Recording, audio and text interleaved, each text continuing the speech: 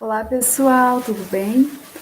Então, eu fiquei devendo para vocês uma aula de genética, uma partezinha da aula de genética sobre a segunda lei de Mendel, um pouquinho mais detalhado, porque a gente passou bastante batido por ela. Então, hoje eu vou gravar, apesar de já ter passado bastante tempo, né? Antes tarde do que mais tarde. A gente está entrando aí no último mês, então, há um mês da prova do Enem. Então, vou complementar essa aula de genética hoje. Aí, quem não lembra da primeira, dá uma olhadinha na aula anterior, dá uma revisadinha. Mas, de qualquer forma, eu vou dar uma retomada em alguns conceitos nessa aula. E a gente completa, então, a parte de genética. Eu vou compartilhar minha apresentação aqui.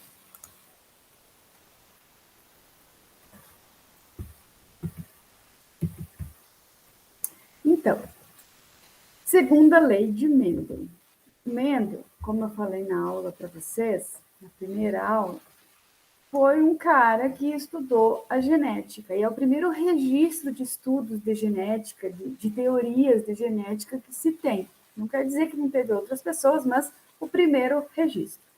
E Mendel, ele trabalhou com ervilhas, para entender como as características são passadas de geração para geração. Vocês lembram que Darwin, na teoria da evolução, ele não soube explicar isso. Né? Apesar dele entender, dele perceber que as características são passadas de geração para geração, ele não sabia como. E aí Mendel que começou a desatar esse nó. Então ele trabalhou com ervilhas. Na primeira lei de Mendel, vamos revisar rapidinho, ele trabalhou com uma característica, a cor da casca.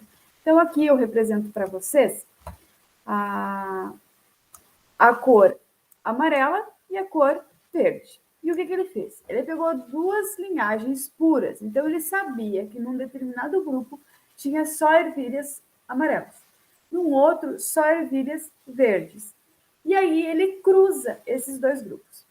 Quando ele cruza esses dois grupos, ele tem o que a gente chama da geração F1.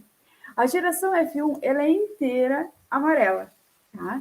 E o que ele faz? Ele pega essa geração F1 e autocruza ela. Né? E o que ele tem? Essa proporção aqui da geração F2. Então, ele vai ter 3 ervilhas amarelas e uma ervilha verde. Aqui eu vou só mostrar o quadradinho de Punnett para vocês relembrarem como que chega nessa proporção aqui de 3 para 1 de fenótipo, né? Lembra? Quando a gente fala fenótipo é característica, quando a gente fala genótipo é os alelos, é a parte genética. Pois bem, quais os conceitos que a gente tem nesse primeiro slide? Homozigoto. O que são homozigotos? São os organismos que os alelos, lembrem, ó, para cada característica, a gente tem 2 alelos, entendeu? Para cada característica no nosso corpo, a gente tem 2 alelos com informações. Essas informações podem ser iguais ou essas informações podem ser diferentes. Se essas informações são iguais, no caso aqui, azão, azão e azinho, azinho, a gente diz que nós temos um homozigoto, homo igual. Se essas informações são diferentes, aqui, ó, azão, azinho, nós dizemos que eles são heterozigotos, tá? Então, esses são 2 conceitos que aparecem aqui. Qual o outro conceito? Alelo. Gente, cada letrinha aqui representa um alelo. Então, para cada característica, nós temos 2 alelos. A interação desses alelos é que gera o fenótipo característico. E os alelos são o próprio genótipo, certo? Vamos, então, para a segunda lei de Mendel. Na segunda lei de Mendel, diz o seguinte: os fatores, os alelos, para 2 ou mais características se distribuem independentemente durante a formação dos gametas e se combinam ao acaso. O que quer dizer isso? Pois bem, se nós temos 2 informações para uma determinada característica, 2 alelos, quando a gente vai formar os nossos gametas, tá? O gameta é a parte reprodutiva. Lembra que ele tem que virar N, você tem que ter só uma informação. Porque o gameta do pai vai se juntar com o gameta da mãe e aí nós vamos ter 2 informações de novo. A gente herda um alelo de cada pai. Tá? Então, por isso que eles têm que se separar e eles têm que se distribuir nos gametas. E o que a segunda lei de Mendel diz? Que essa distribuição é independente. Ou seja, quando a gente trabalha com duas características, uma não influencia na outra. Vamos pensar em características nossas. Cor do cabelo e cor do olho. É independente, tá? Uma não influencia na outra. Pois bem, e aqui eu mostro para vocês justamente o exemplo da formação dos gametas. Então, isso aqui seriam os gametas, e aqui as células antes da formação do gameta, antes da divisão. Então, aqui a gente tem uma célula 2N, e aqui nós vamos ter célula N, com um alelo para cada informação. Aqui representado por diversas cores, e eles distribuem-se aleatoriamente. Tá? Então, vamos ver como que isso se aplica nos experimentos de Mendel. Para trabalhar com duas características, ele escolheu a cor, que ele já tinha trabalhado na primeira lei, e a rugosidade da casca. Tá? Então, ele tem ervilhas amarelas e lisas, e ervilhas verdes e rugosas. Também, linhagens puras, ele cruza essas duas linhagens e ele obtém todas as ervilhas amarelas e lisas. Então, a geração F1 é 100% amarela e lisa. Ele autocruza a geração F1 e gera F2, que é apresentado aqui nesse quadradão de Punnett, porque é a mesma lógica do quadrado de Punnett lá com uma característica só que em vez da gente ter 4 possibilidades, a gente terá 16 possibilidades. Tá? De que forma? Então, aqui, como que a gente forma os gametas masculinos? Vamos dizer que... aqui. Então, o genótipo que deu origem a esses gametas é o Vzão, Vzinho, Rzão, Rzinho, que é aqui da geração F1, tá? Então, daqui vem para cá. Como que a gente vai fazer? Vai ter que ser uma informação para cada característica. O V, ele determina a cor. Então, nós vamos, primeiro, passa o Vzão aqui para o primeiro gameta. E uma informação para a rugosidade. Passa o Rzão aqui para o primeiro gameta. O Vzão pode ir com o Rzinho. Então, a gente cria a segunda possibilidade de gameta. E com o Vzinho, Rzão, Vzinho, Vzinho, acontece da mesma forma. Tá? Tanto para os gametas masculinos quanto para os femininos, a lógica é a mesma. E aí você cruza. Então, de que forma? Você tem o V e o R aqui, maiúsculos, e você vai trazer, então, para toda essa coluna, você vai trazer o Vzão, Rzão do pai. Você tem o Vzão, Rzão da mãe aqui, você vai levar para toda essa linha. E aí você junta o do pai e da mãe e você tem o genótipo, o possível genótipo da próxima geração. Tá? Então, vamos lá. Deixa eu só apagar aqui para a gente não poluir demais. Tá. Voltamos com o ponteiro. Então, vamos lá. Nós temos ervilhas amarelas e lisas. Nós temos 1, 2, 3, 4, 5, 6, 7, 8, 9. Nós temos 9 ervilhas amarelas e lisas. Por quê? Porque o amarelo e o liso é dominante. Então, ele vai aparecer mais, ele vai esconder a informação recessiva, tá? Esse é um conceito que eu não retomei ali no primeiro slide, mas também a dominância e recessividade é isso. Uma característica dominante quando ela esconde, como quando em heterozigose, quando você está com letras diferentes, tem uma característica que vai esconder a outra. A que se sobrepõe é a dominante, a que fica escondida é a recessiva. Tá? Pois bem, quantas amarelas e rugosas nós vamos ter? 1, 2, 3. Tá? Então, nós temos 3 amarelas e rugosas. Verdes e lisas. 1, 2, 3. 3 verdes e lisas e apenas uma verde e rugosa. Por quê? Porque verde e rugoso é recessivo. Então, sempre que tiver em heterozigose, essas informações vão ficar escondidas, tá? Esse 9 para 3 para 3 para 1, o que que é? É a nossa proporção fenotípica, tá? Então, sempre que vocês cruzarem heterozigotos para duas características dessa forma, vocês vão ter essa proporção. E foi isso que Mendel descobriu na segunda lei. Né? Ele descobriu e elaborou a segunda lei. Tá? Então, vamos ver como é que isso cai no Enem.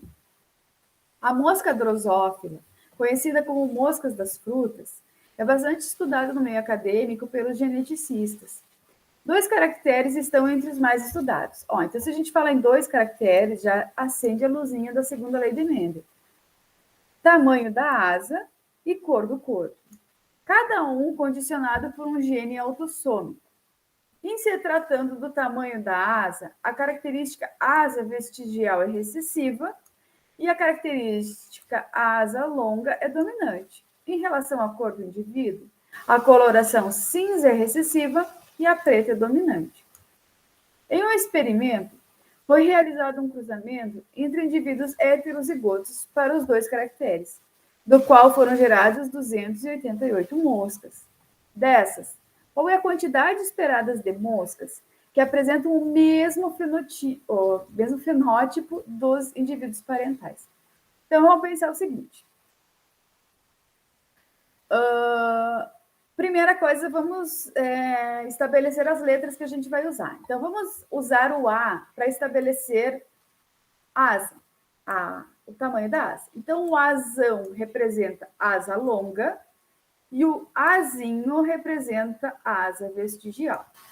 Vamos usar o P para identificar a cor. Então, o Pzão determina a cor preta, que é dominante, e o Pzinho determina a coloração cinza, que é recessiva. Pois bem, qual que é o genótipo dos pais? Em um experimento, foi realizado um cruzamento entre indivíduos heterozigotos para os 2 caracteres. Então, qual que é o genótipo do pai? É exatamente esse aqui que eu já coloquei. Heterozigoto para os 2 caracteres. Então, eles têm 2 alelos para cada informação, para cada característica, e esses alelos trazem informações diferentes. Tá? Então, isso é um heterozigoto. E esse é o genótipo dos pais. Qual que é o fenótipo? Gente, se nós temos dominância e recessividade, o fenótipo vai ser moscas de asas longas e corpo preto, tá, gente? Porque esse aqui, então, é o fenótipo. Fenótipo e esse aqui é o genótipo, tá? Porque só vai aparecer o que é dominante. Pois bem, vamos adiante. E ele quer saber, numa geração, na próxima geração, qual é a quantidade de moscas que vão apresentar o mesmo fenótipo dos pais. Então, dentre essas 288 moscas aqui, quantas terão asas longas e corpo preto? Então, vamos lá fazer o quadrado de punir, o quadrado de cruzamento. Só vou relembrar aqui. Então, nós temos azão, azinho, pezão, pezinho como alelos, como genótipos parentais. E aí nós temos que criar aqui, nesses quadrados iniciais, os gametas, tá? Então, vamos lá. A gente pega esse azão aqui, traz para esse quadrado, tá? Azão. E aí nós temos que trazer uma informação para o tamanho do corpo, para a cor do corpo, porque vocês lembram que o gameta é N, ele só tem uma informação para cada característica. Então, nós vamos trazer o pezão. Azão, pezão. Qual que é a outra possibilidade? Azão, pezinho. Então, a gente vai colocar aqui no segundo quadrado, azão, pezinho. Aí nós vamos para o azinho. Azinho, pezão. Azinho, Pzão. E Azinho, Pzinho, tá? Essas são os gametas possíveis para esse indivíduo. E esse seria o masculino, o feminino vai ser exatamente igual, tá? Então, eu já coloquei aqui para agilizar o nosso processo. E aí, agora a gente vai fazer o cruzamento disso tudo. Lembra? Tudo que tem aqui, ó, nós vamos descer para a coluna. Então, o primeiro aqui vai ser Azão, Pzão, que é do pai, tá? E aí, nós vamos puxar isso aqui para a linha. Azão, Pzão também. Entenderam? E aí vocês têm o genótipo possível para o primeiro indivíduo.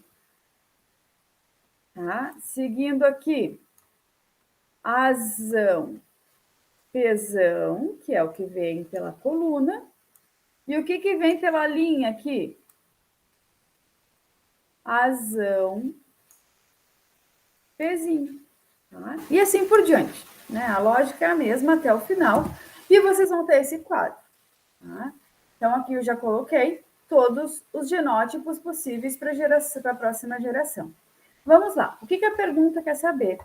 Quantos indivíduos nesse rol de 288 moscas que possuem o mesmo fenótipo dos pais? Então, qual que era o fenótipo? Asa longa e corpo preto. Então, vamos lá. Que é a dominante. Então, aqui a gente tem Azão, Pzão, pronto. Esse é o primeiro, porque ele domina sobre a outra informação. Então, 1, 2, Azão, Pzão aqui, 3, Azão, Pzão aqui, 4, 5.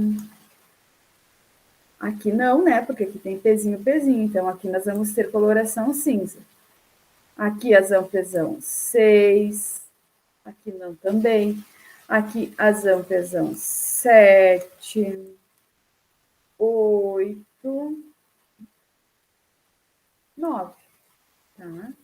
E aí, todos os outros vão ter pelo menos uma informação recessiva, tá? Um homozigoto recessivo, e aí não vai ter o mesmo fenótipo. Como é que a gente faz esse cálculo? Porque a gente tem aqui nesse quadrado 16 possibilidades, são 16 quadradinhos. Se a gente tem 16 quadradinhos, a gente vai ter que usar a regra de 3, que é lá da matemática, a regra de 3 resolve muito na genética, para descobrir quanto isso seria em 288 moscas. Então, vamos lá. Como é que a gente vai fazer isso? Num universo de 16 possibilidades, ó, 1, 2, 3, 4, 5, 6, 7, 8, 9, 10, 11, 12, 13, 14, 15, 16 possibilidades, ó, nós temos 9 indivíduos que atendem o requisito de ter o mesmo fenótipo dos pais. Num universo de 288, nós vamos ter X, tá? E é isso que vocês vão buscar, e aí é um cálculo matemático. Então, vocês vão isolar o X aqui, igual 288 vezes 9, dividido por 16. 288 vezes 9, dividido por 16. E aí vocês calculem aí, na calculadora de vocês, mas o resultado, deixa eu voltar aqui, o resultado é 162 moscas, tá? Então, a resposta é a B. Então, desse universo de 288 moscas, 162 serão com asas longas e de coloração preta, tá? Então é isso, né? A genética ela não é difícil. Ela usa um pouquinho da matemática, em termos de regra de 3, probabilidade, mas o conteúdo em si ele não é difícil, tá? Então vale vocês darem uma atenção, porque são questões que vocês podem muito bem acertar no Enem. Enfim, qualquer dúvida que tenha ficado dessa aula, podem ficar bem à vontade para me chamar, para perguntar, vão treinando aí as questões, o último mês, vamos caprichar nessa finaleira para ir bem no Enem e fazer um resultado bacana. Até mais!